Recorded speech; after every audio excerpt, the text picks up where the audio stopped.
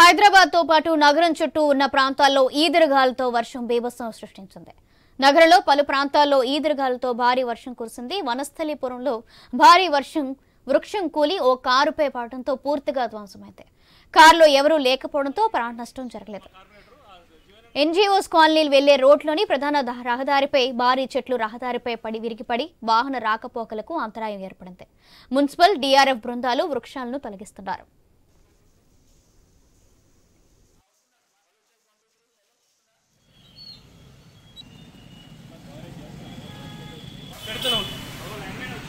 అర్ధగంట క్రితం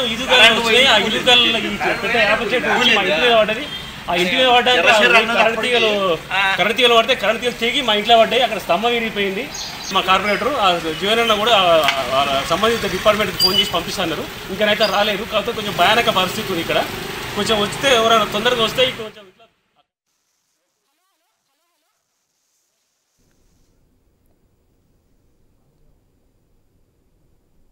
హైదరాబాద్ తో పాటు నగరం చుట్టూ ఉన్న ప్రాంతాల్లో ఈదురుగాలులతో వర్షం బీభత్సం సృష్టించింది.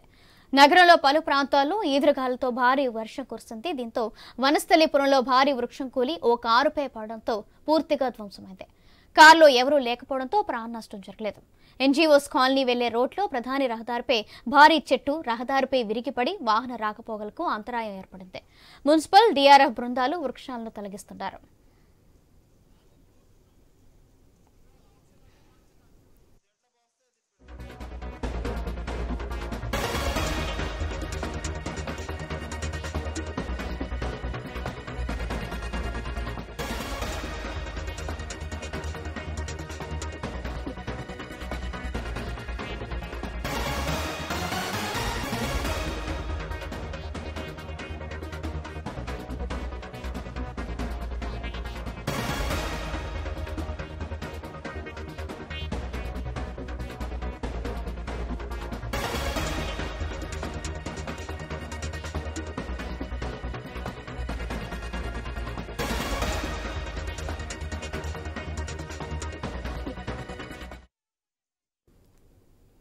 హైదరాబాద్ తో పాటు నగరం చుట్టూ ఉన్న ప్రాంతాల్లో ఈదురుగాలులతో వర్షం బీభత్సం సృష్టించింది. నగరంలో పలు ప్రాంతాల్లో ఈదురుగాలులతో భారీ వర్షం కురిసింది. వనస్థలిపురంలో భారీ వృక్షం కూలి ఓ కారుపై పడడంతో పూర్తిగా ధ్వంసమైంది. కారులో ఎవరూ లేకపోవడంతో ప్రాణ నష్టం జరగలేదు. ఎన్జీఓస్ కాలనీ వెళ్లే రోడ్లో ప్రధాన రహదారిపై భారీ చెట్టు రహదారిపై విరిగిపడి వాహన రాకపోకలకు అంతరాయం ఏర్పడింది. మున్సిపల్ డీఆర్ఎఫ్ బృందాలు వృక్షాలను తొలగిస్తున్నాయి. రైట్, ఇదే విషయానికి సంబంధించి మా ప్రతినిధి లహరి లైవ్ ద్వారా అందిస్తారు. లహరి, హైదరాబాద్ వ్యాప్తంగా చాలా చోట్ల కూడా తేలికపాటి నుంచి మోస్తారు వర్షాలు కురుస్తున్నాయి. జోరు వాన కూడా మొదలైందని చెప్పుకోవచ్చు. దాదాపు గంటన్నర పాటు కూడా మేడ్చల్ పరిసర ప్రాంతం, అలాగే గట్కేసర్, అలాగే వనస్థలిపురం, హయత్ నగర్, నాగోల్, ఎల్బీ నగర్ పరిసర ప్రాంతాలను అయితే దాదాపుగా ఈదురుగాలుతో పాటు గంటకు 40 నుంచి 50 కిలోమీటర్ల వేగంతో ఉరుములు మెరుపులతో కూడినటువంటి వర్షపాతం నమోదైంది. దీంతో అక్కడ ఉన్నటువంటి ప్రజలు కూడా సతమతమయ్యారని చెప్పుకోవచ్చు. అటువైపుగా వెళ్తున్నటువంటి వాహనదారులు కూడా చాలా ఇక్కట్లు ఎదుర్కొన్నారు. ట్రాఫిక్ లో ఇబ్బందులు ఎదుర్కొన్నారని చెప్పుకోవచ్చు. దాదాపుగా 8 చోట్ల కూడా చెట్లు పెద్ద వృక్షాలు కూడా కింద పడిపోయినటువంటి పరిస్థితి. షామీర్పేట పరిసర ప్రాంతం అయితే ఒక వ్యక్తి మృతి చెందడం కూడా జరిగింది. అదేవిధంగా ఒక కరెంటు స్తంభం కూడా కింద పడడం జరిగింది. ఇలా చాలా చోట్ల కూడా మనకి చోటు చేసుకోవడం జరిగింది. దీంతో ఇప్పుడు ప్రజెంట్ గా అయితే జూబ్లీ హిల్స్, మాదాపూర్, పంజాగుట్ట, అమీర్పేట్, ఎర్రగడ్డ పరిసర ప్రాంతాల్లో కూడా వర్షం అనేది మొదలైంది. దాదాపుగా హైదరాబాద్ వ్యాప్తంగా ఉన్నటువంటి జిహెచ్ఎంసీ ఏరియాలో సైతం పలు చోట్ల కూడా వర్షపాతం అనేది నమోదైంది. దాదాపుగా ఈదురుగాలతో కూడినటువంటి వర్షం అయితే మనకు కనిపిస్తుంది.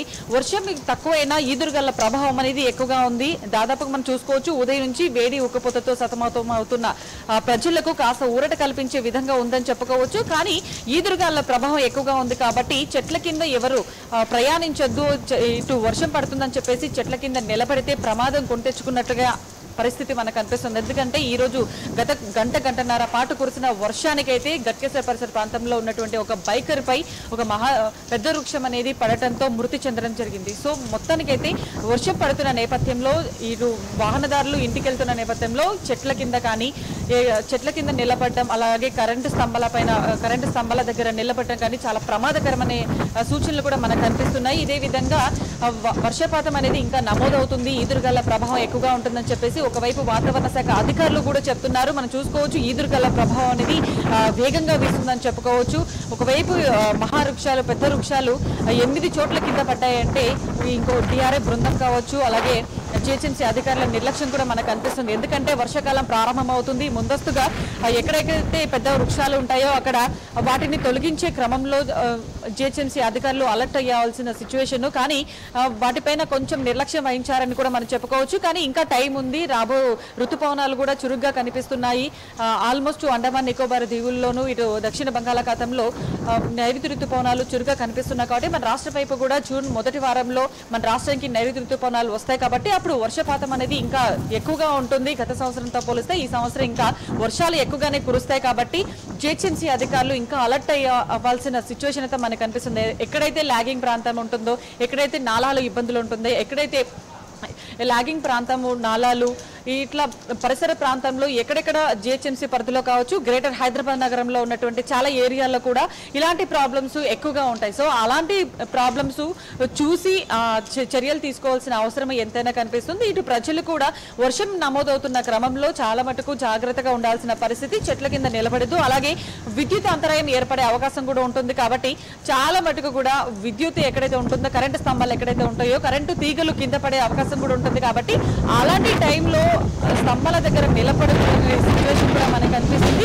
సో గాలి ప్రభావం అనేది నగర వ్యాప్తంగా ఎక్కువగా ఉంది. అలాగే హైదరాబాద్ వ్యాప్తంగానే కాదు, జిల్లాల వ్యాప్తంగా కూడా తేలికపాటి నుంచి మోస్తరు వర్షాలు, ఈదురుగాలతో కూడినటువంటి వర్షపాతం ఎక్కువగా నమోదయ్యే అవకాశం ఉందని ఒకవైపు వాతావరణ శాఖ అధికారులు కూడా చెప్తున్నారు.